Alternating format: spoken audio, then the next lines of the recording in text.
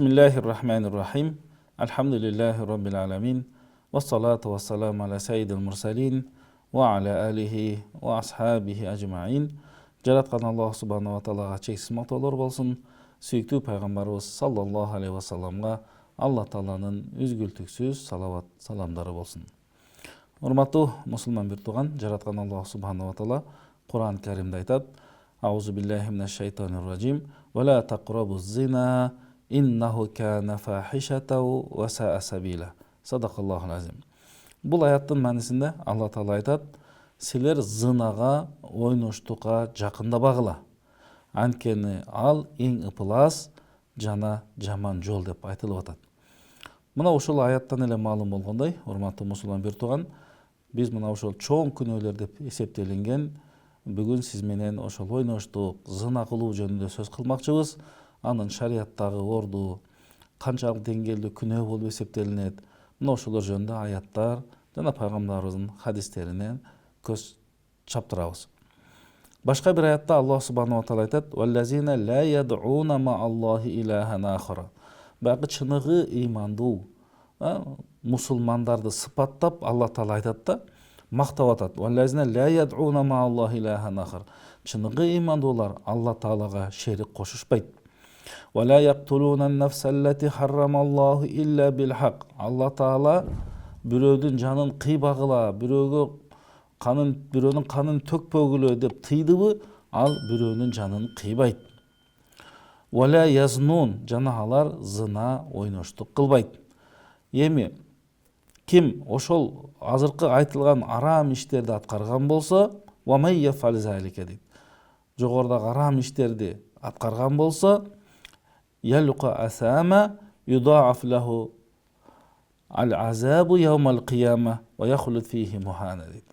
Бул чындыгында өтө катуу азаптарды айтып атат бул жерде.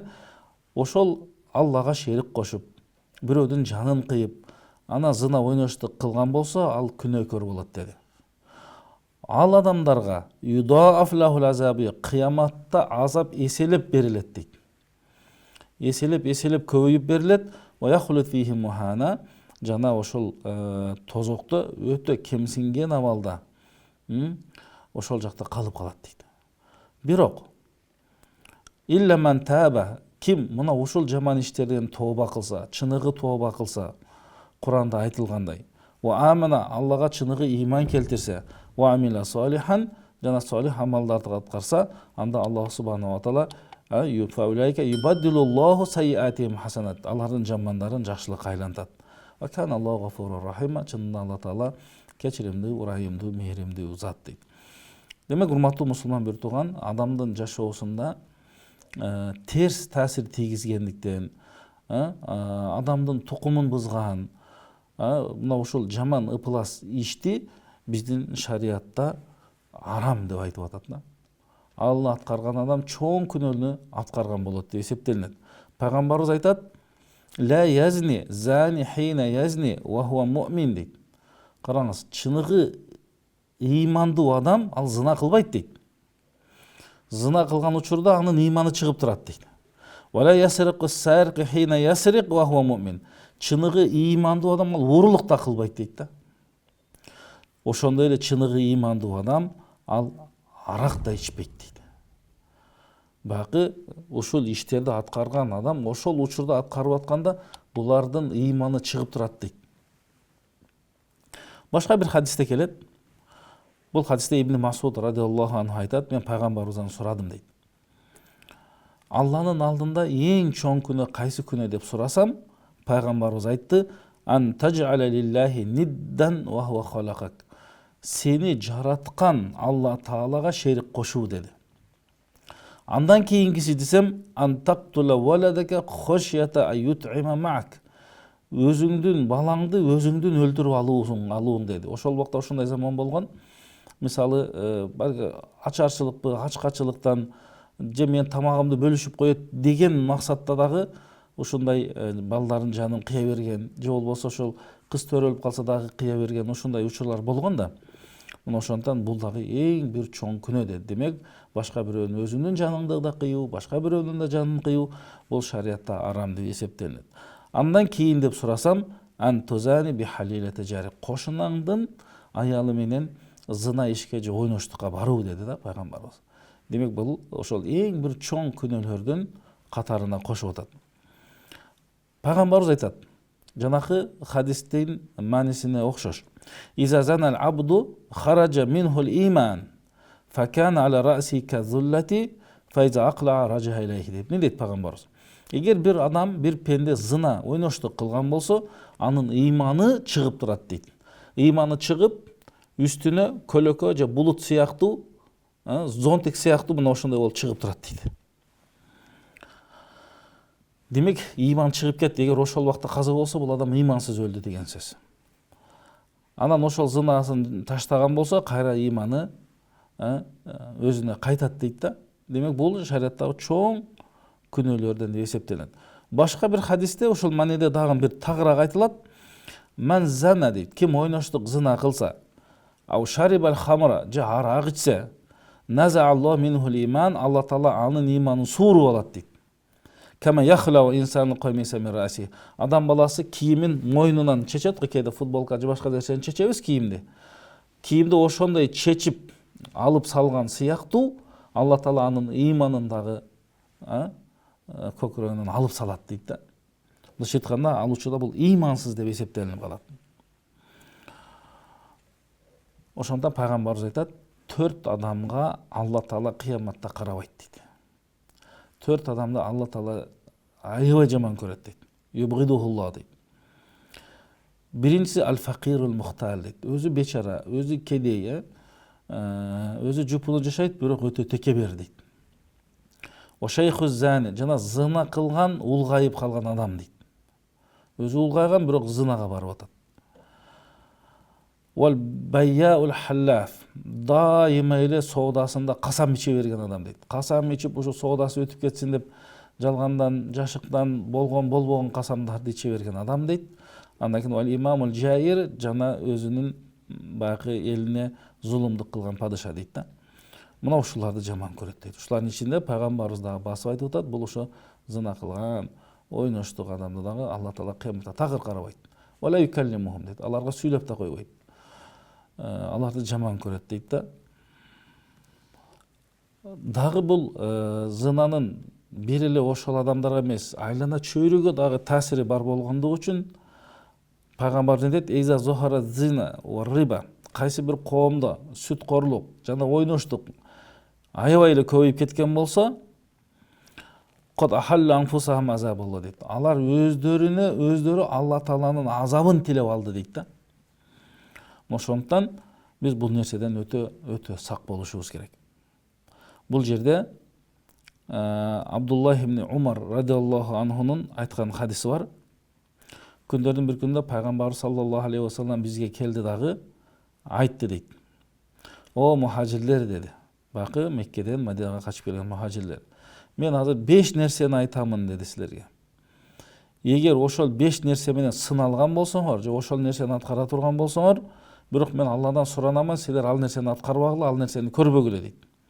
Анда силердин мурда ата-энеңер көрбөгөн оорулар пайда болот дейт. Бул ошол зына деп айтып атат да пайгамбарыбыз. Силердин мурда ата-энеңер укпаган, ата-бабаларыңар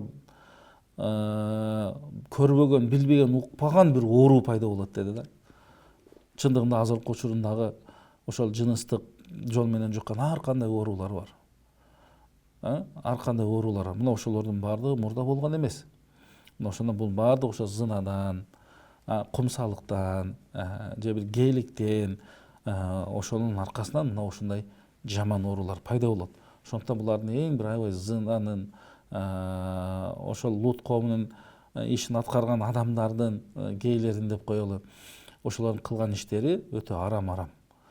Өзүнө дагы, айланасына дагы терс таасирлери болот экен да. Мына ошондуктан шариятыбызда арам деп эсептелинет. Пайгамбарыбыз айтат, зына кылганда 6 нерсе бар дейт да. Ал 6 зыяндын 3-өсүн бул дүйнөдө көрөт, 3-өсүн кыяматта көрөт дейт. Ошондо пайгамбар айтат, тақу зына, силер зынадан, ойноштуктан сактангыла, анткени бул жерде бул дүйнөдө дагы, акыретте дагы көрө турган зыяндары бар дейт. Биринчи, бул дүйнөдөгү зыяны фаюзихбул баха. Алла Таала анын жүзүнөн нурду алып коет. Ваян кусул умур. Анын өмүрү кыскарат. Ваюрисул факр. Ага кедейликти алып келет. Анан ошол азына үчүн, ойноштук үчүн акчаңды сарптай берсең, анан оору жугуп калса, ага дагы акча саптайсың, бардык акчаңды. Мына ошентип бул факырлыкты, кедейликти алып келет дейт. Адамдын өмүрүн ач кылып коет. Спид жугуп калса, мына өлүп каласың. Болбогон оору жугат. Ким спид болуп калган болсо, анын иммунитети өлдү, иштебей калат, анан кандай бир оору болсо ошону менен өлүп калат. Мына ушундай бир жаман, балки тооба кылганга да жетишпей калат. Ал эми бул дүйнөдөгү азабы. Кыяматтагы азаптарынан Алла Тааланын карына калат дейт. Андан кийин өтө катуу суул хисап, эсеп китеп болот дейт. Катуу эсеп китеп болгондон кийин тооба кылбай кеткен болсо, анда азабынар бул тозоктун азабы болот дейт да. Тозоктун азабы болот. Мына ушул нерседен, себеби бул дүйнө убактылуу да. Ал эми акырет болсо, бул түбөлүктүү. Урматтуу мусулман бир тууган, биз ушуга көңүл бурушубуз керек. Болбогон бир канча секунддук жыргалдын аркасынан биздин түбөлүк жашай турган дүйнөбүздү, акыретибизди күйгүзүп албашыбыз керек. Күндөрдүн бир күнүндө бул хадисти Аби Умама радиаллаху анху риваят кылат. Пайгамбарыбызга бир жигит келди дейт да. Жигит келди дагы мындай суроо берди дейт. Я Расулалла, изанли безина. Я Расулалла, чода мен өзүмдү кармай албай жатам. Я Расулалла, мен өзүмдү кармай албай жатам, мага уруксат бериңиз зына кылганга дейт. Анан айланыстагы турган адамдар сүйлөп кирди. Эмне деп атасың сен деп сүйлөп киргенде, пайгамбарыбыз кое турла деп, ошол жигитти мага жакын келчи деп жанына отургузду дагы. Пайгамбарыбыз мындай деди да. Сен ушул зынаны өзүңдүн апаңа жакшы көрөсүңбү деди да. Дегенде жанагы жигит жооп берди. Ата энем сизге курбанчылык болсун. О пайгамбар, жок, мен апама ара көрбөймүн деди. Ошондо пайгамбар айтты: "Валан насу юхиббуна лиуммахадим." Сен апаңа бул ишти жаман көргөн сыяктуу, адамдар дагы өзүнүн апаларына жаман көрөт. Же өзүңдүн кызыңа жакшы көрөсүңбү ушул ыплас ишти дейди пайгамбарыбыз. Десе дагы жок деди. Мен жакшы көрбөйм дегенде, адамдар дагы кыздарына бул ишти жаман көрөт, жакшы көрбөйт. Же бир тууган карындашыңа, эжеңе ушул ишти каалайсыңбы, жакшы көрөсүңбү деди. Жок деп жооп бергенде, адамдар да ошондой деди. Же болбосо сен өзүңдүн таэжеңе ушул нерсени жакшы көрөсүңбү деди. Же эжелериңе жакшы көрөсүңбү деди, атасы менен бир тууган. Жок деп жооп берди да.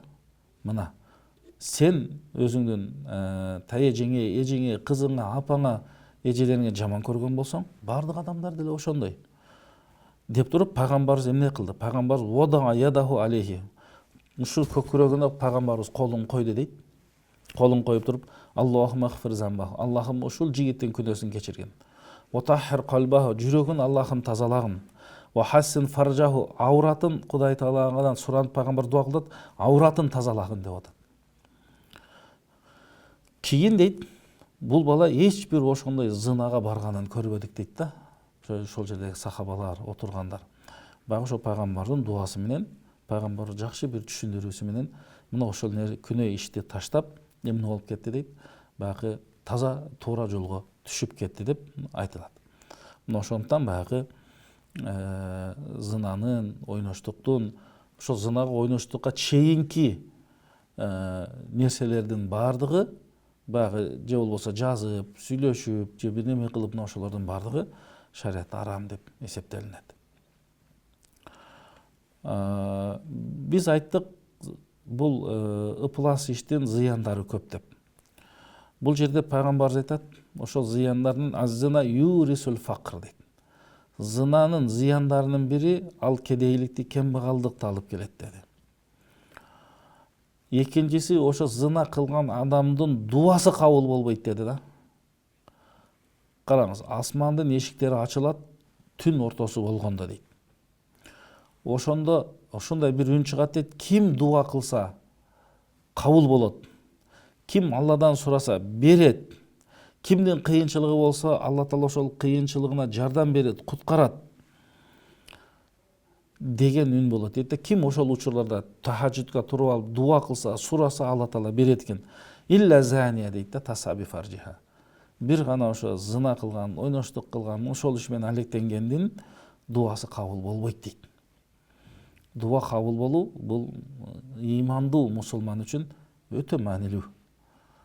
Өтө маанилүү. Мына ошондо биз дуанын артынан бул ибадат болот, көп соопторду алабыз, бейишке киргенге себеп болот, анын жакшылыгы аябай көп да. Мына ошондуктан бул иштен биз баягы арыстандан качкандай качышыбыз керек да. Кээде тооба кылбаса зына кылуучу тозокко да кирип кетет дейт. Ал бейишке кирбейт дейт. Пайгамбар айтат: "Ла ядхулул жанна", бейишке кирбейт мискинул мустакбир. Жанакы өзү кедей, өтө кедей болуп туруп текебер болса. Вала шейхун зани, зына кылган шейх, вала маннан алаллаху би амалихи. Бирөөгө жакшылык кылып алып туруп, анан ошонун артынан сүйлөгөн, милдет кылган, ошонусу менен зыян берген дейт. Бул дагы жаман нерсе экен да. Асмандагы, жердеги бардык нерселер, жандыктар не болбосун, ошо зына кылган адамга наалат айтат дейт. Хадисте келет: "Анна сабаваты саб", жети асман, жер дейт. Не кылат дейт? Наалат айтат дейт да зына кылган адамга. Ошо зына кылгандын ичинен өзү улгайып, картайып калып зына кылганга андан бетер наалан айтат дейт. Ва анна фуруджу зунати ла юзи ахлан нари натинриха. Караңыз. Ошол зына кылган адамдын авраты тозоктогуларды жийиркентет дейт да. Өтө сасыктыгынан дейт. Тозоктогулар жийиркенип кетет экен. Не деген баягы чындыгында айтканда ыплас иш да. Пайгамбарыбыз зына кылгандарды, дайыма зына кылып жүргөндөрдү буттарга, айкелдерге ибадат кылган менен барабар деп айткан экен да. Ал-муқима аля зина каабиди васанин деп. Ким зына кылган болсо, ал айкелге сыйынган сыяктуу деди пайгамбарыбыз. Андан дагы эң жаманы ли умумул азаб. Бакы пайгамбарыбыз айтат: "Ла тазалу уммати би хайр". Менин үммөтүм дайыма жакшы абалда болушат, мәлем яфши фихим зина. Алардын ичинде зына көбөйүп кетпесе эле деди. Ойноштук көбөйүп кетпесе. Эгер ойноштук көбөйүп кетсе, анда аушака ан яуммахулла би азаб. Алла Тааланын азабы барына келиши мүмкүн дейт да. Бир эле зына кылгандарга эмес, ал жерден барына келиши мүмкүн дейт.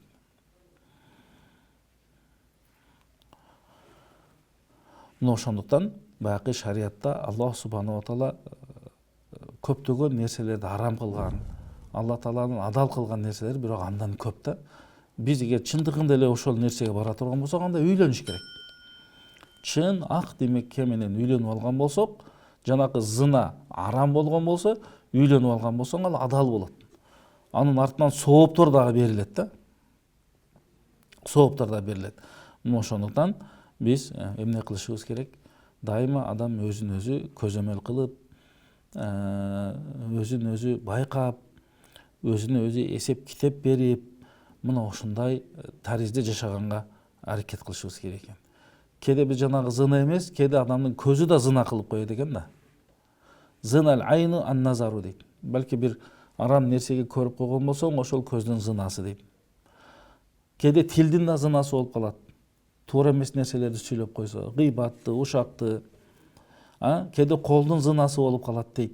Ал арам нерсеге барса, ошону менен көтөрүп арак ичсе, бирөөдүн нерсесин урдаса, жаман нерсеге кол койсо, же бир кыянаттык кылса, буттун зынасы бул ошол арам нерсеге басып баруу дейт. Мына ушул нерселердин бардыгын адамдын жыныстыгы ошол ойдогу, пикирдеги, колдогу нерселерди же ишке ашырып коет, же ишке ашырбайт дейт да. Мына ошондуктан биз эмне кылышыбыз керек? Өтө бул нерселерден этият болушубуз керек. Пайгамбар саллаллаху алейхи ва салламдын хадисинде келет: арбаатун юсбихуна фи гадабиллахи таала ва юмсуна фи сахатилла дейт. 4 түрлүү адам Алла Тааланын ачуусу менен ойгонуп, Алла Тааланын каарына калып түн өтөт, түнүн дейт да. Анан сурашат. Алар кимдер деп сурашканда, ал муташаббихун, пайгамбар саллаллаху алейхи вассалам айтып атат, жанагы өздөрүнү багы эркектер аялдарга окшоткон болсо дейт. Же аялдар өздөрүнү эркекке окшоткон болсо дейт. Андан кийин жаныбарларга жакындык кылган болсо, андан кийин валлази ятир риджал, жанагы гейлик ишти аткарган болсо дейт. Бул бардыгы мисалы чоң күнөөлөрдүн катарына кирип калат экен. Ошондон баягы Алла Тааланын каарына, Алла Тааланын наалатына кала турган нерселерди бул жерде айтып атат. Ошондон урматтуу мусулман бир тууган, келиңиздер биз кыскача сиздер менен ошол чоң күнөөлөрдүн катарында Имам Захабидин Кабаир чоң күнөөлөр деген китебинин негизинде бир аз болсо дагы баян кылып өттүк. Жараткан Аллах субханаху ва таала баарыбызды ошол Куранды угуп, пайгамбардын насааттарын угуп, ошолорго ихлас менен амал кылууну насип кылсын. Алла Таала баарыбыздын ыйманыбызды бекем кылсын, ибадаттарыбызды кабыл кылсын, үй бүлөлөрүбүзгө ынтымак, береке, тынчтык берсин, арам нерседен алыс кылсын, адалга, жакшы нерсеге жанаштырып, ошол жакшы иштердин, ибадаттардын артынан Алла Таала баарыбызга бейишин насип кылсын. Ассаламу алейкум ва рахматуллахи ва баракатух.